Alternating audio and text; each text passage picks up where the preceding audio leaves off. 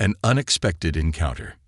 The day began like any other for Captain Marcus Lawson, a seasoned pilot with over 15 years of experience flying commercial airlines. Today, however, he was traveling not as a pilot but as a passenger, a rare luxury that allowed him to see the industry he loved from a different perspective. Marcus had a trip planned to reconnect with his family in Los Angeles, a much-needed respite from the demanding life of a pilot. Dressed in casual jeans, a neatly pressed button-down shirt, and sneakers, Marcus walked through the bustling JFK airport, blending in effortlessly with the sea of travelers. He appreciated the anonymity, a stark contrast to the uniform that often made him a focal point of attention. Tucking his boarding pass into his back pocket, he entered the first-class boarding line, eager to enjoy a bit of luxury on his cross-country flight. First class was a privilege Marcus rarely indulged in, reserved more for business executives and elite frequent flyers.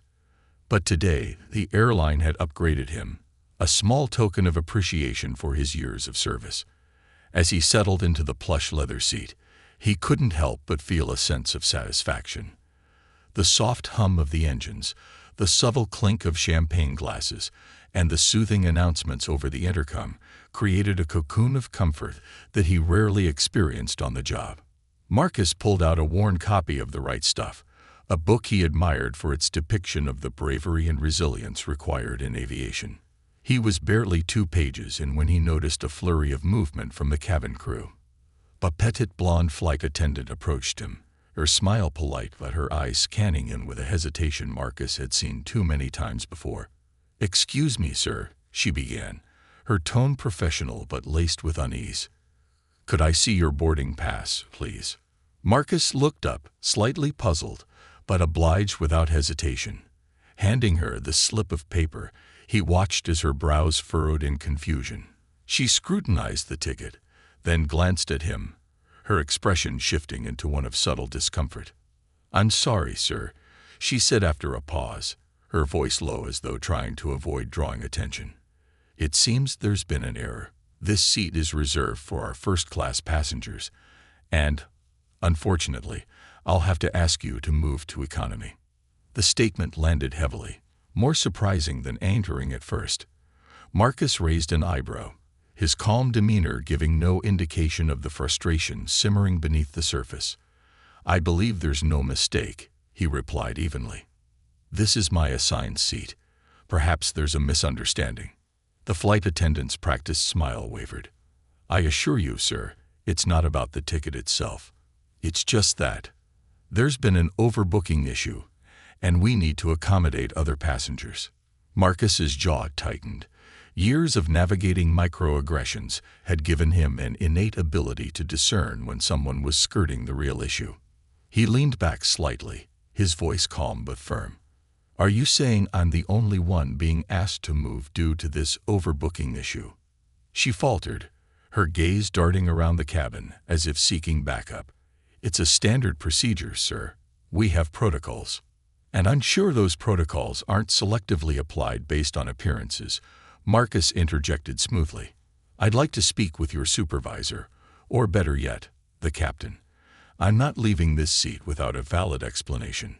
Her face flushed at the challenge, and she stepped back, murmuring something about needing to check with her team. Marcus watched her retreat, his stomach churning.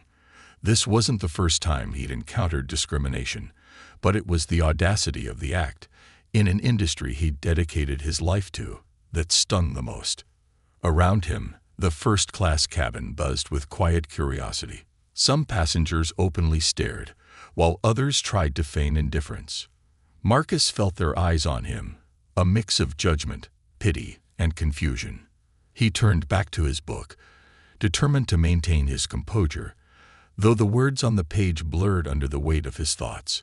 A few minutes later, the flight attendant returned, this time accompanied by another crew member, a man with a stocky build and a name tag that read Paul.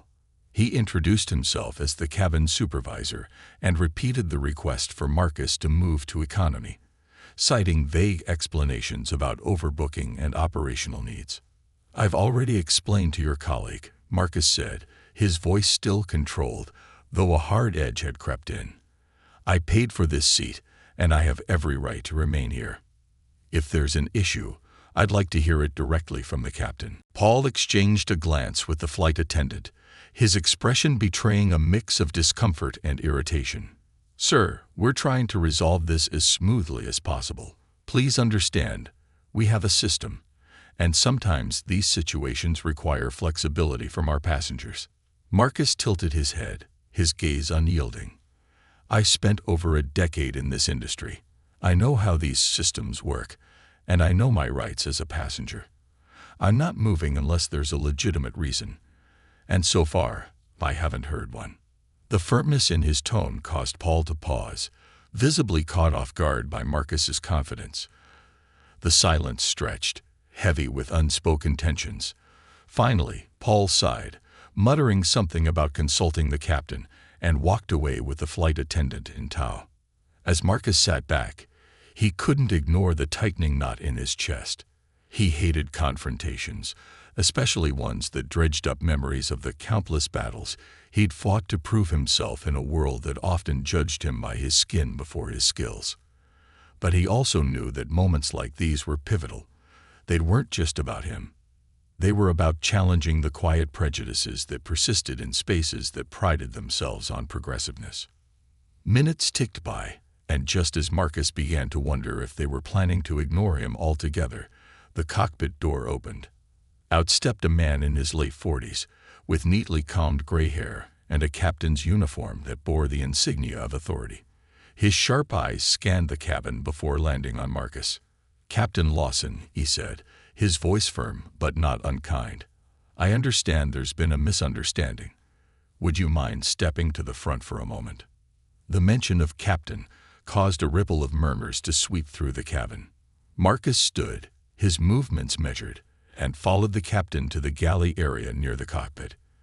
The air seemed to crackle with anticipation as passengers leaned in, straining to catch snippets of the unfolding drama. "I'm Captain Daniels," the man said once they were out of earshot of most passengers. "First, let me apologize for any inconvenience you faced. I wasn't aware you were on this flight until my crew brought it to my attention just now." "Inconvenience is one word for it," Marcus replied, his voice cool. "I've been asked to leave my seat twice without a valid explanation. If I weren't who I am, would this situation have played out the same way?" Captain Daniels hesitated, clearly uncomfortable. "I can't speak for what happened before I was informed, but rest assured, this will be addressed. For now, I'd like to personally escort you back to your seat and ensure your experience moving forward reflects the standards we hold ourselves to." Marcus studied the man, searching for sincerity in his words. "Satisfied," he nodded. "I appreciate that, Captain. But I also hope this serves as a moment of reflection for your crew." As they made their way back to first class, a wave of silence swept through the cabin. Marcus could feel the weight of the passengers' stares, their curiosity now mixed with a sense of unease. As he reclaimed his seat, a voice from behind broke the quiet. "Excuse me," an older woman said, leaning forward slightly. "I couldn't help but overhear. Are you really a captain?"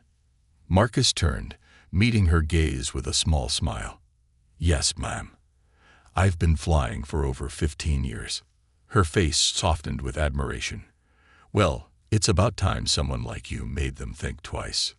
Marcus chuckled lightly, appreciating her candor. As the plane began to taxi, he glanced out the window, a renewed sense of purpose filling his chest. Today, he realized, wasn't just about a flight to Los Angeles. It was about confronting the prejudices that lingered in unexpected places and proving, once again, that dignity and determination could rise above ignorance. Little did he know, this was only the beginning of a journey that would leave an indelible mark on everyone aboard. The ripple effect. The flight began to settle into a rhythm after takeoff. The low hum of the engines, the occasional rustle of newspapers, and the quiet murmurs of conversations filled the cabin. Yet for Marcus, the tension lingered like a weight pressing down on his chest. He had returned to his first-class seat, a nominal victory, but the sting of the earlier confrontation hadn't faded. It wasn't the first time he had to deal with prejudice, and it likely wouldn't be the last. But today, something felt different. The first-class cabin was unusually subdued. Passengers avoided eye contact with Marcus, their discomfort palpable. It wasn't hostility he sensed, but something closer to shame, a collective unease over what had transpired.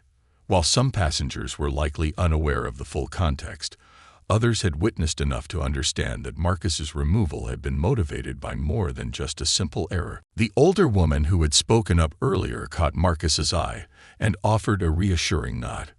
Her simple gesture brought him a measure of comfort, but the silence from the rest of the cabin was deafening.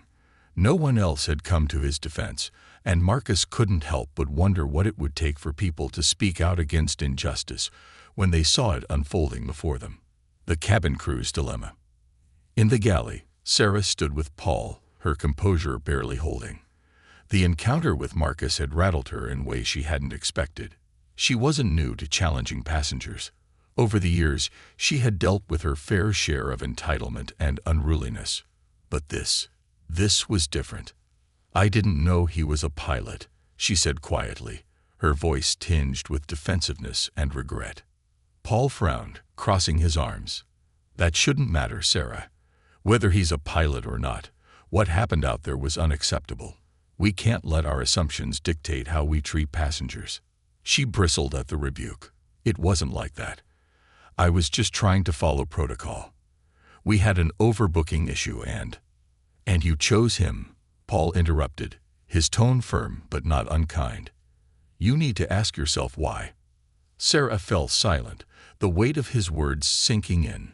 She replayed the interaction in her mind, realizing how easily she had let her unconscious biases guide her actions. Her cheeks burned with humiliation, but deeper than that was a growing sense of guilt. She had made a mistake, and now she had to figure out how to make it right. The shift in atmosphere. Back in first class, the atmosphere took an unexpected turn. A man seated 2 rows ahead of Marcus turned around, his expression apologetic. He appeared to be in his early 50s, with graying hair and a tailored suit that suggested corporate success. "I just wanted to say," the man began hesitantly, "that what happened earlier, it wasn't right. I should have said something." Marcus raised an eyebrow, surprised by the sudden admission. "It's not your responsibility to fix what happened," he replied, his tone neutral but edged with exhaustion. "Maybe not," the man said, shifting uncomfortably in his seat. "But staying silent doesn't help either. For what it's worth, I'm sorry." Marcus nodded, appreciating the sentiment even if it felt a bit hollow. "Thank you," he said simply, turning his attention back to his book. The interaction, brief as it was, seemed to embolden others. Soon, Marcus noticed more passengers stealing glances his way, their expressions ranging from curiosity to guilt. It was as though the initial confrontation had sparked a ripple effect, forcing people to confront their own complicity in the situation. A teachable moment. Halfway through the flight, the lead flight attendant, Paul, approached Marcus's seat. His demeanor was professional but tinged with humility. "Captain Lawson," he began, his voice low to maintain privacy. "I'd like to personally apologize for what happened earlier. It's not reflective of how we aim to treat our passengers, or anyone, for that matter." Marcus regarded him carefully, noting the sincerity in his tone. "I appreciate the apology," he said, setting his book aside. "But this isn't just about me. Incidents like this happen far too often, and they're not always addressed." Paul nodded, his expression somber. "You're right, and I want to make sure we learn from this. If you're willing, I'd like to hear your perspective, what we can do better." The request caught Marcus off guard. In his experience, apologies often came with a side of defensiveness or a reluctance to acknowledge the root cause of the issue. But Paul seemed genuine, and Marcus decided to take the opportunity to turn this moment into something constructive. "Let's start with training," Marcus said, his voice steady but firm. "Not just on policies and procedures, but on how to recognize and confront implicit biases. Your crew needs to understand that assumptions based on appearance can lead to moments like this, and it's not just embarrassing, it's damaging. Hall listened intently, nodding as Marcus spoke. "I'll take that feedback to the team," he said, "and I'll make sure the higher-ups hear it too. You have my word." The unexpected hero. As the plane cruised through the clear skies, the young woman seated a few rows behind Marcus stood up and approached his seat. She appeared to be in her early 20s, with curly brown hair and a confident stride that belied her nervousness. "Excuse me," she said, her voice steady, but tinged with emotion. "I just wanted to say that what happened earlier wasn't okay. And I want to thank you for standing up for yourself. It's inspiring." Marcus blinked, caught off guard by her boldness. "Thank you," he replied, offering a small smile. "It's not always easy, but sometimes you have to." She nodded, her cheeks flushing slightly. "I know it's not much, but if you ever need someone to back you up, I'd be happy to speak up." Her words, though simple, carried a weight that Marcus hadn't expected. In her, he saw a glimmer of hope, a reminder that even small acts of courage could make a difference. A flight to remember. As the plane began its descent into Los Angeles, Marcus reflected on the events of the flight. What had started as a frustrating and humiliating experience had evolved into something more, a conversation, a moment of reckoning, and perhaps even a catalyst for change. By the time the wheels touched down, the atmosphere in the cabin had shifted. Passengers who had once been indifferent or complicit now seemed more engaged, their expressions thoughtful as they prepared to disembark. Marcus could only hope that the lessons of this flight would linger long after they left the plane. As he stepped off the aircraft, Marcus felt a renewed sense of purpose. He wasn't just a pilot, he was a leader, both in the cockpit and beyond. And if this experience had taught him anything, it was that sometimes the most important journeys weren't about reaching a destination, but about challenging the status quo along the way. Grounded truths. The Los Angeles sun greeted Marcus Lawson as he stepped onto the jet bridge. Its warmth was welcome, but his thoughts remained clouded. The flight had been emotionally taxing, a mix of indignation, disappointment, and, surprisingly, a faint glimmer of hope. As passengers disembarked around him, Marcus noticed a few lingering looks, some apologetic, others curious. It was clear that what had unfolded during the flight had left an impression on everyone. He took a deep breath, resolving to push the events aside for the time being. He had come to Los Angeles to spend time with his sister and her family, a chance to reconnect and unwind. But as he exited the terminal, his phone buzzed. A text from the airline's Human Resources Department. "HR, Captain Lawson, we've been informed of an incident during your flight. Please report to the LAX office at your earliest convenience."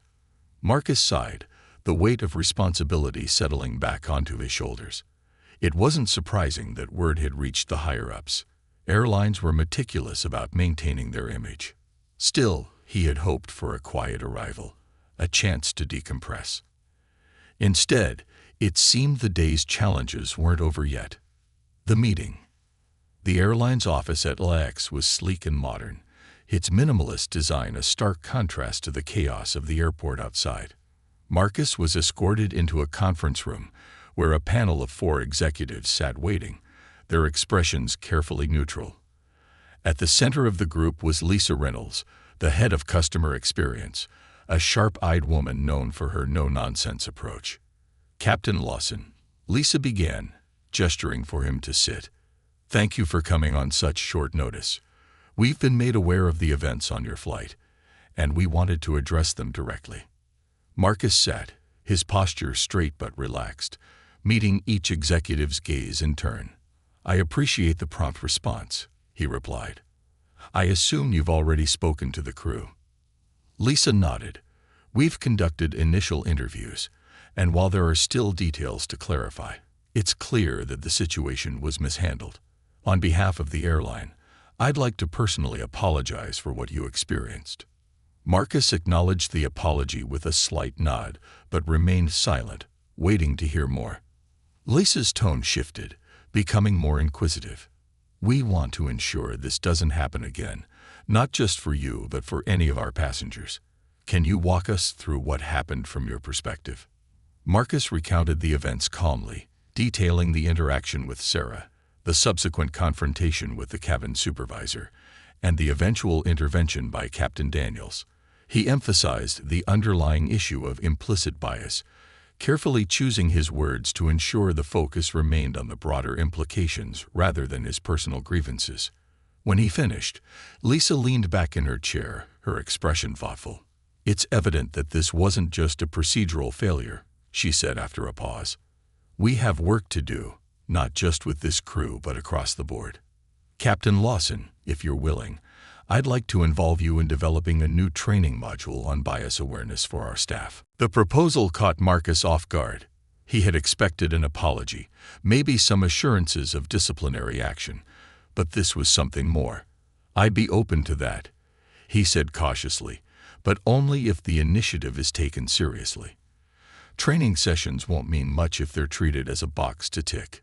Lisa's lips curved into a faint smile. "Understood. We'll work with you to ensure it's impactful." An unexpected connection. As Marcus left the meeting, his thoughts swirled with possibilities. He was pleased the airline seemed committed to addressing the issue, but a part of him remained skeptical. Change, he knew, was rarely straightforward. His musings were interrupted by the sound of someone calling his name. He turned to see the young woman from the flight, the one who had approached him to offer her support. She was standing near a coffee kiosk in the terminal, her face lighting up as he approached. "Hi," she said, a bit breathless. "I didn't think I'd run into you again." Marcus smiled. "Neither did I. Did you just get off the flight?" She nodded. "Yeah. I wanted to thank you again for how you handled everything. It was eye-opening, to say the least." "Eye-opening," Marcus repeated, his curiosity piqued. She hesitated, then sighed. "I work in human resources for a tech company. We've been having these conversations about diversity and inclusion, but honestly, they always felt so theoretical to me. Seeing what happened to you, it made it real." Marcus studied her for a moment, noting the sincerity in her tone. "Well, it sounds like you're in a position to make a difference," he said. "What matters is what you do with what you've learned." Her cheeks flushed, but she nodded earnestly. "I'll do my best." Before they parted ways, she introduced herself as Lily and exchanged contact information with Marcus, promising to follow up with ideas for workplace initiatives inspired by their encounter. Family reflections. That evening, Marcus arrived at his sister Maya's home, a cozy house in a quiet suburb. The scent of baked lasagna greeted him as he walked through the door, and Maya enveloped him in a warm hug. "About time you got here," she teased, pulling back to study his face. "You look exhausted. Long flight." "You could say that," Marcus replied with a wry smile, setting his bag down. Over dinner, he recounted the events of the day. Maya listened intently, her expression shifting from disbelief to anger, and finally to a quiet resolve. "You've always had to fight twice as hard for half the recognition," she said, her voice heavy with emotion. "I'm proud of you for standing your ground." Marcus nodded, his chest tightening. Maya had always been his biggest supporter, the one who reminded him of his worth when the world seemed determined to undermine it. "I just hope it leads to something meaningful," he said. "It's not enough to fix what happened to me. The system needs to change." The ripples begin. In the days that followed, Marcus's story began to spread. Passengers who had witnessed the incident shared their accounts on social media, sparking a wave of outrage and calls for accountability. The airline responded quickly, issuing a public apology and outlining their plans for bias training. Lily, true to her word, reached out to Marcus with ideas for workshops and employee resources, seeking his input to ensure they were impactful. Their collaboration grew into a friendship, united by a shared commitment to fostering change. Within the airline, Marcus's involvement in the new training module brought him face-to-face with crew members from all levels of the organization. Some were eager to learn, while others approached the sessions with skepticism. But as Marcus shared his experiences, both as a passenger and as a pilot, he found that even the most resistant participants began to soften. The turning point. One afternoon, months after the flight, Marcus received an unexpected email from Sarah, the flight attendant who had initially removed him from his seat. It was a long, heartfelt message in which she apologized again, not just for her actions, but for the assumptions that had led to them. "I've been reflecting on what happened ever since that day," she wrote. "It's not an excuse, but I want you to know that I'm committed to doing better. Thank you for your patience and for using the experience to teach us all something important."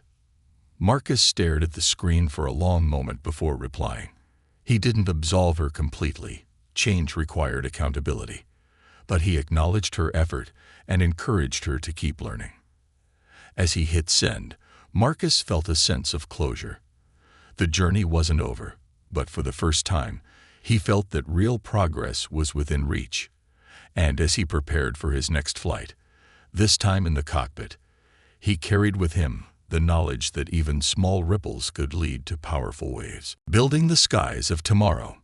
Months had passed since the infamous flight, and Captain Marcus Lawson found himself in a new role he hadn't anticipated: an advocate for change within the aviation industry. The airline had fully embraced his involvement in their training programs, and he was now part of a task force designed to address systemic issues, not just within their company, but across the industry. While Marcus still maintained his duties as a pilot, his new responsibilities often brought him to conference rooms instead of cockpits. Today, he was at the airline's headquarters, preparing to address a group of senior executives, flight attendants, and pilots for the first official rollout of the new bias awareness training program. The presentation. The conference room was packed with a diverse group of employees, their faces a mix of curiosity, skepticism, and quiet anticipation. A sleek presentation screen displayed the title of the training, Beyond the Flight Plan: Recognizing and Overcoming Implicit Bias in Aviation. As Marcus stepped to the front of the room, the murmurs quieted. He adjusted his tie, scanning the crowd with a calm yet commanding presence. Years of leading a flight crew had taught him how to command attention, but this moment carried a different weight. This wasn't about navigating an aircraft. It was about navigating the hearts and minds of his colleagues. "Good morning, everyone," Marcus began, his voice steady and firm. "I want to start by saying this isn't about pointing fingers. It's about recognizing that we all carry biases, conscious or unconscious, and understanding how they impact our actions." He paused, allowing his words to settle before continuing. "A few months ago, I found myself on the receiving end of one of those biases. It wasn't the first time, and unfortunately, it likely won't be the last. But what made this time different was the opportunity it gave me to turn a painful experience into a teachable moment." Marcus clicked to the first slide, which displayed an image of the airline's core values: safety, professionalism, inclusivity. He pointed to the last word.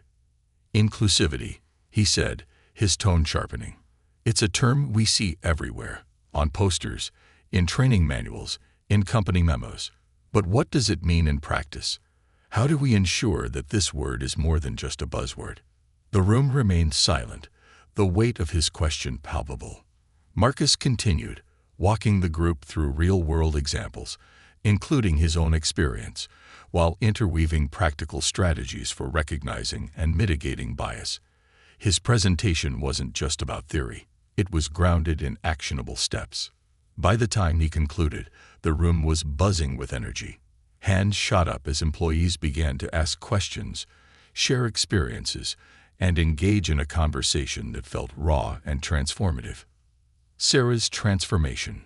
Among the attendees was Sarah, the flight attendant whose actions had sparked the entire chain of events. Since that flight, she had undergone a journey of her own, a journey marked by introspection, uncomfortable realizations, and a determination to grow.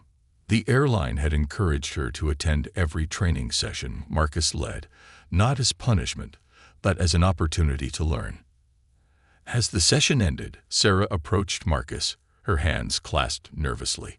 Captain Lawson, she began, her voice soft but earnest, I just wanted to thank you for everything you've done since that flight. It couldn't have been easy, but you've handled it with so much grace. Marcus regarded her for a moment, sensing the sincerity in her words. Thank you, Sarah, he said. Acknowledging our mistakes is the first step toward change. The real work comes in what we do moving forward. She nodded, her eyes reflecting a newfound resolve. I want to be part of that work, she said. If there's ever anything I can do to support these efforts, please let me know. Marcus offered a small smile. There's always work to be done, he replied. It starts with speaking up, not just when it's easy, but when it's hard. A flight to redemption. Shortly after the training, Marcus found himself assigned to a flight with Sarah as part of the crew. The pairing was unintentional, but it felt serendipitous. As they prepared for takeoff, Sarah approached him in the cockpit. Captain, she said, her voice steady but tinged with emotion, I wanted you to know that I've been working on being more mindful, not just at work, but in my personal life too. That day on the plane, I let my assumptions cloud my judgment, and I've been working to make sure it never happens again. Marcus turned to her, his expression unreadable for a moment before it softened. We all make mistakes, Sarah, he said. What matters is that we learn from them. And from what I've seen, you're doing just that. Her shoulders relaxed slightly, and she offered a grateful smile. Thank you, Captain. That means a lot. As the flight progressed, Marcus observed Sarah's interactions with passengers. She was attentive, respectful, and unflinchingly professional. It was clear she was putting her words into action, and Marcus couldn't help but feel a sense of pride, not just in her, but in the possibility of growth and redemption. The ripple effect expands. Meanwhile, the bias awareness training program had begun to take root across the airline. Employees from every department, pilots, flight attendants, ground crew, and even executives, participated in the sessions, sparking meaningful conversations and a shift in the company culture. One notable change was the establishment of a Diversity and Inclusion Council, with Marcus serving as a key advisor. The council worked to identify areas of improvement, from recruitment practices to passenger relations, ensuring that inclusivity became a lived value rather than a hollow promise. But the impact of Marcus's efforts extended beyond the airline. His story had gained traction in the media, inspiring other industries to examine their own practices. Invitations poured in for Marcus to speak at conferences, schools, and corporate events. Though initially hesitant, Marcus embraced the opportunity, recognizing the importance of using his platform to advocate for change. A reunion of perspectives. Months later, Marcus was invited to speak at a major aviation summit in Seattle. As he stepped onto the stage, the audience erupted in applause. A mix of industry leaders, employees, and advocates eager to hear his insights. He began his speech with a simple statement. Every journey starts with a single step, but lasting change requires collective effort. He spoke of the challenges he had faced, the lessons he had learned, and the power of turning adversity into action. He highlighted the progress his airline had made while acknowledging the work that still lay ahead. After the speech, a familiar face approached him in the crowd. Lily, the young woman who had reached out to him after the flight. She was now a director of diversity initiatives at her company, her earlier conversations with Marcus serving as the foundation for her career shift. I just wanted to say thank you, she said, her eyes shining. You inspired me to take action, and it's made a difference, not just for me, but for so many others. Marcus smiled, his heart swelling with pride. That's the real reward, he said, knowing that we're not just changing policies, we're changing lives, a legacy in the making. As Marcus boarded his next flight, he reflected on how far he had come, not just as a pilot, but as a leader and a changemaker. The journey had been arduous, marked by moments of frustration and doubt. But it had also been deeply rewarding, a testament to the power of resilience and the belief that even small actions could spark monumental change. Settling into the cockpit, he glanced at the crew, his gaze lingering on Sarah, who now carried herself with newfound confidence and professionalism. He felt a sense of peace, knowing that his efforts had not only impacted individuals, but had set a course for a brighter, more inclusive future in the skies. And as the plane soared into the horizon, Marcus smiled, knowing that the journey was far from over, but it was one worth taking. High altitudes, deeper purpose. A year after the flight that changed everything, Captain Marcus Lawson's life had taken on a dual trajectory, one that still revolved around his love for flying and another that saw him at the forefront of a broader movement for equity in the aviation industry. His days were divided between piloting long-haul flights and speaking at conferences, leading workshops, and mentoring younger professionals navigating the same challenges he once faced. A new challenge. Marcus was in Chicago for a special event, a panel discussion on breaking barriers in traditionally homogeneous industries. The panel included a diverse group of professionals: a female astronaut, an indigenous tech CEO, a paraplegic airline mechanic, and Marcus, representing the aviation world. The room buzzed with anticipation as the panel began. Each speaker shared their journey, recounting moments of triumph and hardship. When it was Marcus's turn, he took a deep breath and began. "My journey to becoming a captain was far from smooth," he said. "The barriers I faced weren't just about mastering flight instruments or logging hours. They were about navigating a world that questioned my right to be there in the first place." He paused, letting the weight of his words settle before continuing. "But the most important lesson I've learned is that change starts with us. By challenging assumptions, speaking up when something's wrong, and creating opportunities for those who come after us." The audience was silent, hanging on his every word. When the discussion opened for questions, a young man stood up, his voice trembling slightly. "Captain Lawson," he began, "I'm an aspiring pilot, and I guess I'm just scared. I'm scared that no matter how good I am, people will always see me as less because I'm black. How do you deal with that?" Marcus's heart clenched. The young man's vulnerability was a stark reminder of how far the world still had to go. He leaned forward, his voice steady but full of emotion. "It's not easy," Marcus admitted, "but every time you step into that cockpit, you prove them wrong. You show them that you belong, not because of your skin color, but because of your skill, your dedication, and your love for flying. And when you do, you make it a little easier for the next person to follow." The young man nodded, his eyes glistening with determination. The room broke into applause, but Marcus's thoughts lingered on the question. He resolved to do more, not just for that young man, but for all those who doubted their place in the skies. A glimpse of the future. Back at the airline, the Diversity and Inclusion Council was flourishing. Marcus had championed several initiatives, including a mentorship program for underrepresented groups in aviation. The program paired aspiring pilots, flight attendants, and ground crew with seasoned professionals who could guide them through the complexities of the industry. One of Marcus's mentees was a young woman named Priya, the first in her family to pursue a career in aviation. She was sharp, ambitious, and brimming with questions, often challenging Marcus to think beyond the confines of his own experience. "Captain Lawson," Priya said one day during a mentoring session, "what's the ultimate goal here? I mean, do you think we'll ever reach a point where things like this training program aren't necessary?" Marcus leaned back in his chair, considering her question. "I think that's the dream," he said. "But we're not there yet. Change takes time, sometimes generations. The key is to keep pushing, even when it feels like progress is slow." Priya nodded thoughtfully. "Then I guess I'd better start pushing," she said with a grin. Her determination was infectious, and Marcus couldn't help but feel a surge of pride. It was people like Priya who would carry the torch forward, ensuring that the work they were doing now would have a lasting impact. The flight that mattered most. A few weeks later, Marcus was scheduled to pilot a transatlantic flight from New York to London.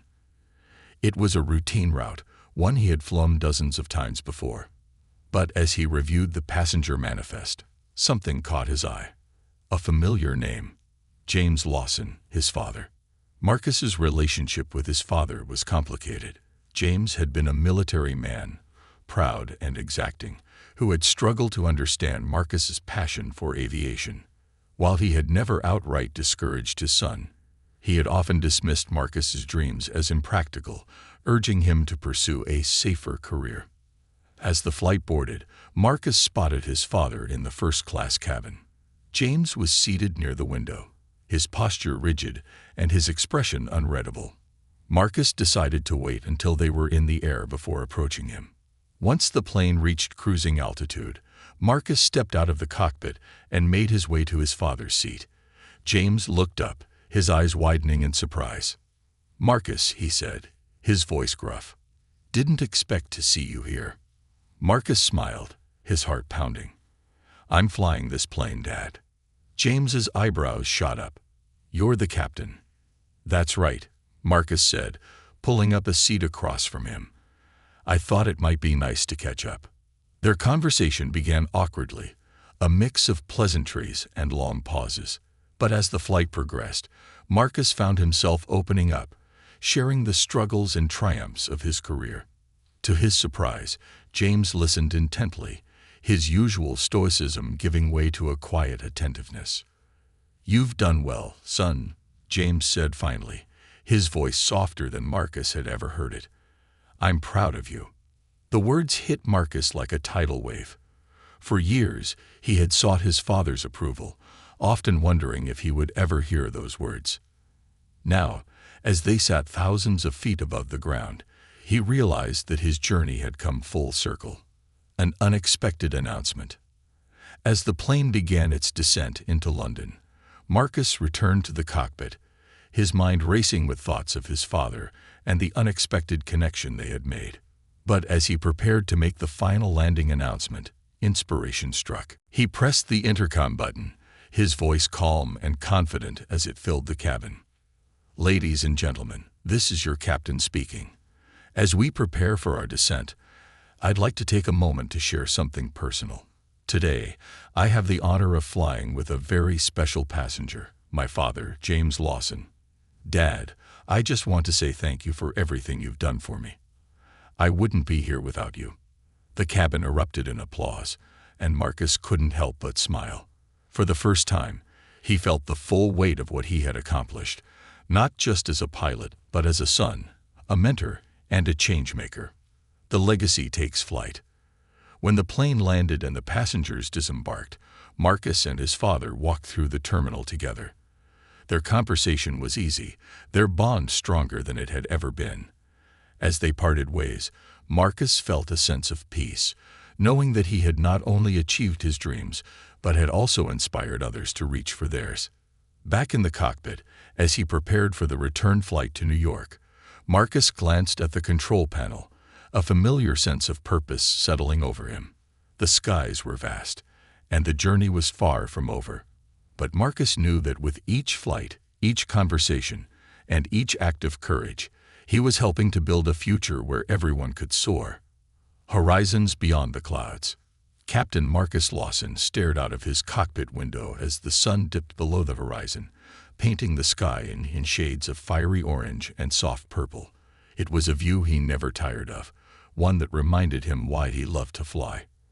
Yet tonight, the breathtaking sight felt more symbolic, an ending of one chapter and the beginning of another.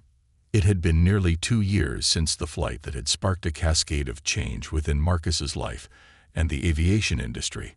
The ripples of that day had grown into waves, carrying with them a momentum he could never have predicted. But as much as Marcus cherished the progress, he knew there was still much work to be done. A moment of recognition. Marcus's day had started with a ceremony in Washington, D.C., where he was being honored with the prestigious Captain Amelia Earhart Award for his contributions to diversity and inclusion in aviation. The event was a grand affair, with industry leaders, journalists, and government officials in attendance. Marcus had never sought recognition, but the award was a humbling reminder of how far he had come. During his acceptance speech, Marcus shared a story about his early days in flight school. "I remember the first time I walked into the classroom," he said, his voice steady yet reflective. "I was the only black student in the program. I could feel the stares, the unspoken questions about whether I belonged. It wasn't easy, but I stayed because I believed that I had as much right to be there as anyone else." He paused, letting the weight of his words sink in. "Today, we're making strides to ensure that no one feels like an outsider in this industry. But let's be clear, this isn't just about filling seats or meeting quotas. It's about creating an environment where everyone, regardless of who they are or where they come from, feels empowered to reach their full potential." The room erupted in applause, and as Marcus stepped off the stage, he was greeted by a stream of well-wishers. Among them was Lily, the young HR professional who had first connected with Marcus after his infamous flight. Now a leader in her own right, Lily had been instrumental in launching diversity initiatives across multiple industries. "You did it again," she said, beaming. "Every time you speak, you inspire people to do more." Marcus smiled, his heart swelling with pride. "It's not just me," he replied. "It's all of us. Change doesn't happen in a vacuum." A flight to remember. Later that evening, Marcus boarded a red-eye flight back to Los Angeles. This time, he wasn't flying the plane. He was a passenger, seated in first class, surrounded by travelers who had no idea they were sharing a cabin with one of the airline's most celebrated captains. He settled into his seat, his thoughts drifting back to the many flights that had shaped his journey. From his first solo flight in a Cessna to the countless hours in the cockpit of commercial jets, each experience had taught him something new. Not just about flying, but about resilience, leadership, and humanity. As the plane climbed to cruising altitude, Marcus noticed a young boy across the aisle staring at him with wide, curious eyes. The boy couldn't have been more than 10, his face alight with excitement as he held a model airplane in his hands. Marcus smiled and leaned over. "You like planes?" he asked. The boy nodded vigorously. "I want to be a pilot one day." Marcus's heart warmed. He reached into his carry-on bag and pulled out a pair of pilot's wings, a keepsake he often carried to inspire young dreamers. "Here," he said, handing them to the boy. "Keep these. They'll remind you that you can do anything if you work hard enough." The boy's eyes widened as he accepted the gift. "Really? Thank you." The boy's mother, seated beside him, smiled gratefully. "That's very kind of you," she said. "Are you a pilot?" Marcus nodded. "I am. And let me tell you, if he's anything like the way he's looking at that airplane, he's got what it takes." The boy beamed, clutching the wings as if they were the most precious thing in the world. Marcus leaned back in his seat, a sense of fulfillment washing over him. It was moments like these that reminded him why his work mattered. A vision takes flight. By the time Marcus landed in Los Angeles, his mind was racing with ideas.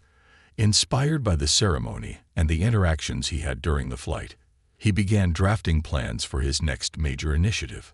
Horizons Academy, a nonprofit organization dedicated to empowering underrepresented youth to pursue careers in aviation and aerospace. The academy would provide scholarships, mentorship programs, and hands-on training to help aspiring pilots, engineers, and aviation professionals overcome the barriers that so many faced. Marcus envisioned a space where young people could see themselves represented in the industry, a place where they could dream big and receive the tools to make those dreams a reality. Building a legacy. The launch of Horizons Academy was met with overwhelming support from the aviation community and beyond. Airlines, aerospace companies, and educational institutions partnered with Marcus to provide resources and funding. Former mentees like Priya and colleagues like Lily joined the initiative, bringing their expertise and passion to the project. The Academy's first cohort included students from diverse backgrounds, each with their own story of resilience and ambition. Marcus took a personal interest in every one of them, often visiting the Academy to share his experiences and offer guidance. One of the students, a young woman named Anaya, reminded Marcus of himself. She was determined, resourceful, and unshackably focused on her goal of becoming a pilot. "Captain Lawson," she said one day during a training session, "do you ever feel like you're carrying the weight of everyone's expectations?" Marcus smiled, recognizing the weight in her voice. "All the time," he admitted. "But you don't have to carry it alone. Surround yourself with people who believe in you, and lean on them when you need to. And remember, every time you step into that cockpit, you're not just flying for yourself. You're flying for everyone who's ever doubted they could." Anaya nodded, her eyes shining with determination. "Thank you," she said. "I won't let you down." The flight path ahead. Years later, Horizons Academy had become a cornerstone of Marcus's legacy. Hundreds of graduates had gone on to successful careers in aviation, their journeys inspired by the man who had once fought for his own place in the skies. The industry itself had begun to change, with airlines adopting more inclusive policies and practices, and Marcus's story becoming a touchstone for aspiring aviators around the world. As Marcus prepared for his final flight before retirement, he reflected on the journey that had brought him here. The struggles, the victories, the lives he had touched, all of it had shaped him into the man he was today. When the plane touched down, the crew and passengers erupted into applause. Marcus stepped out of the cockpit one last time, greeted by a crowd of colleagues, family, and friends who had come to celebrate his incredible career. Among them was the young boy he had met years ago, now a newly licensed pilot wearing the same wings Marcus had given him. The boy, now a man, approached Marcus, his voice filled with emotion. "Captain Lawson," he said, "you inspired me to chase my dream. Thank you for showing me that the sky is not the limit." Marcus smiled, his heart full. "It never is," he replied. "It's just the beginning." As the sun set over the runway, Marcus knew his journey wasn't ending. It was simply taking a new flight path, one that would continue to uplift and inspire for generations to come.